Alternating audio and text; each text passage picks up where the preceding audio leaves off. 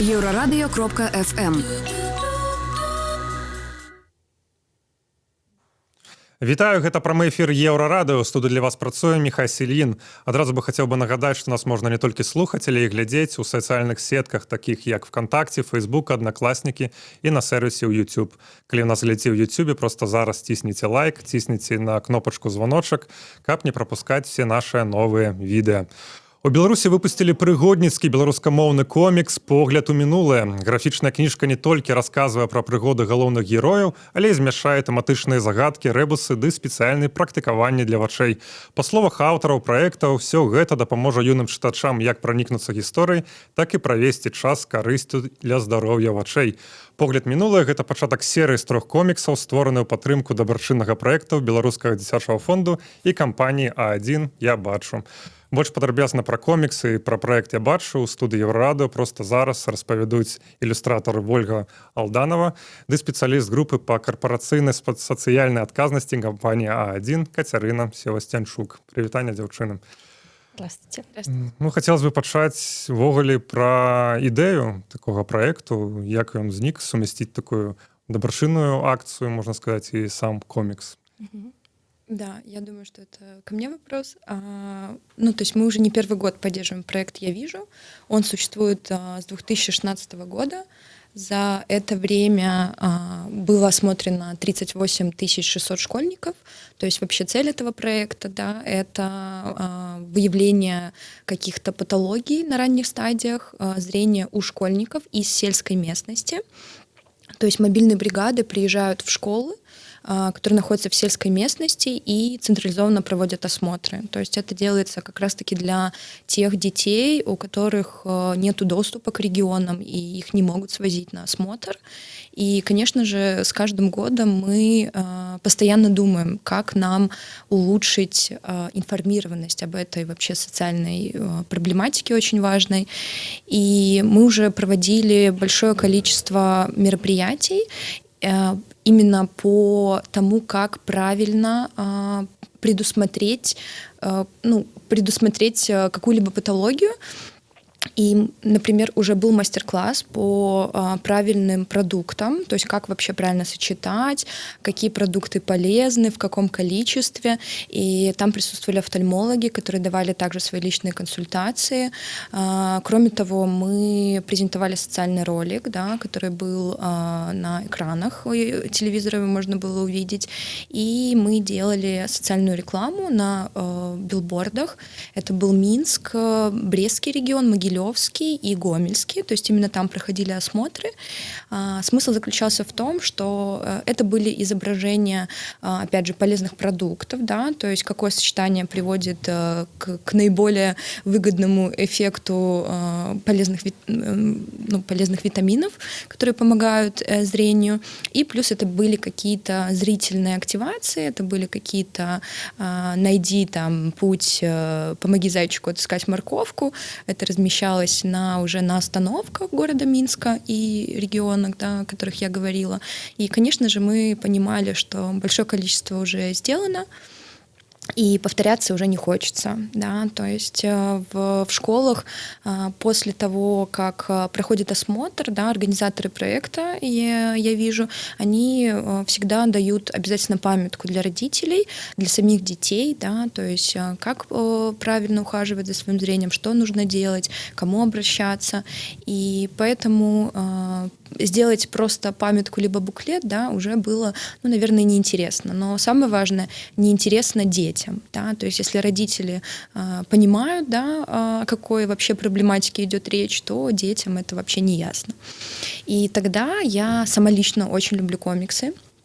Я фанат комиксов, и пришла такая идея, а почему бы такую непростую тему подать в таком виде, да, потому что комикс — это, наверное, я не знаю, я считаю, что это лучший способ передачи информации, которая требует погружения, осмысления, и тогда начался этот этап,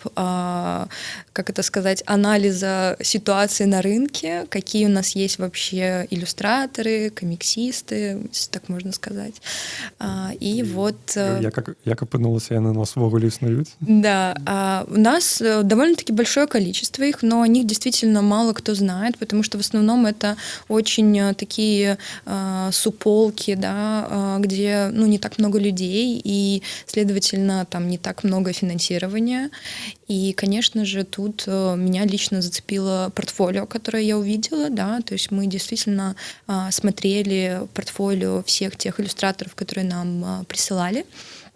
И тут было важно зацепиться за подачу рисунка, за ее тональность, да, за какие-то цвета. То есть, чтобы та идея, которую мы видели в наших головах, да, в компании А1, она отобразилась вот наглядно. И менавіта так у проекте з'явілася Вольга, наколькі я разумею. Да, во-первых, очень приятно, что именно нас с Никитой Сенниковым, это соавтор комикса, выбрали для участия в этом проекте. Создание детского комикса на белорусском языке, освещающим такую проблему, связанную со зрением. Мы представляем объединение «Сучасный комикс». Собственно, создатель «Сучасного комикса» — это Никита Сенников. И это объединение включает в себя создателей комиксов со всей Беларуси. И мы занимаемся тем, что создаем белорусский комикс и популяризируем белорусский язык посредством комиксов. Какие, можно, уже до этого у вас проекты были? До этого? Да, у нас есть один проект общий с множеством авторов белорусской, называется этот комикс «Легенды дремучего леса». Это сборник историй, общая тематика, мистика, мифы, немножечко ужастик такой. Если говорить про вот этот наш комикс, связанный с этой темой, он повествует о девочке Олесе. Ее мама отправляет в старый дом бабушки и дедушки взять баночку огурцов. Она туда приезжает и замечает, что открыта дверь, ведущая на чердак, которая все это время была закрыта. И Олеся, она такая очень любит приключения, ей нравится изучать всякое неизведанное, и просто вот хочется каких-то приключений, и она не сдержалась и поднимается на этот чердак. И оказывается, что на этом чердаке был тайный кабинет ее дедушки. А ее дедушка, он в прошлом занимался изучением мистики, каких-то непонятных явлений. Его это очень увлекало, и он посвятил этому всю жизнь. И у Олеси с дедушкой были очень такие близкие отношения, и она решает провести в этом месте какое-то время, и в процессе изучения вещей, бумаг, она обнаруживает очки. Но это не простые очки, они с секретом. А с каким, это уже надо почитать комикс и узнать. Окей. Так, караценька распавялі про сюжет. Хоць чым наткняліся? Бо я так послухав вас, одразу некие такие ассоциации с Gravity Falls, например, у меня. Да, потому что это в первую очередь был комикс для детей, и Gravity Falls, он очень такой... Я сама очень люблю Gravity Falls, прекрасный мультфильм. И хотелось создать что-то похожее на это, но с белорусским колоритом. И на самом деле нас творчески никак не ограничивали в плане сюжета, нам просто направление задали, а как уже мы будем это реализовать, это уже была наша задача, поэтому тут, конечно, большое спасибо, что такую свободу нам дали, и это получили колоссальное удовольствие над работой над комиксом. Коли уже закронули тему Gravity Falls, у самого мультфильма есть такой нюанс, что он зразумелый для детей, и дорослые там могут нечто знайти для себя.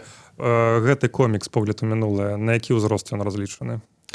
У него стоит 10+, но мне кажется, конечно, детям будет интереснее, потому что там не такая прям затейливая история, что взрослые найдут там в плане истории что-то новое. Но как взглянуть на мир глазами ребенка, это можно для себя почерпнуть. Дети подмечают какие-то свои вещи, что взрослые уже, например, не подмечают. Поэтому можно так погрузиться в голову ребенка и посмотреть, как он видит мир. Я на пачатку эфіра казаў пра тое, што комікс не толькі змяшае гісторыю, але там ёсць нейкія тэматычныя загадкі, рэбусы, ды спецыяльныя практыкаванні для вачэй. Ось як яны ствараліся, гэта было зроблена разам з нейкімі спецыялістамі, з дактарамі ці як? Мы за основу брали упражнения для глаз, конкретно для этого комикса, в плане там найти какие-нибудь отличия, и в основном на внимательность, что нужно так хорошо посмотреть на изображение и так напрячься немножко. И это такая работа. Это придется потренироваться, чтобы там разгадать загадку. Не все так просто. А як ввогуле, я так паглядзеў, комікс гэта адна з 3 частак, будзе всего 3 выпуска? Да, там с каждым выпуском, скажем так, страсти накаляются, добавляется больше экшена, новые персонажи, кстати, появляются. Это друзья, одноклассники Олеси, Илья и Богдан, и получается с каждым, с новым выпуском на первый план выходит новый персонаж. Вот в следующем выпуске это будет Богдан. И у каждого персонажа как бы свои отношения с очками. То есть вот Олеся, у нее хорошее зрение, ей очки не нужны. Но она благодаря очкам открывает для себя что-то новое.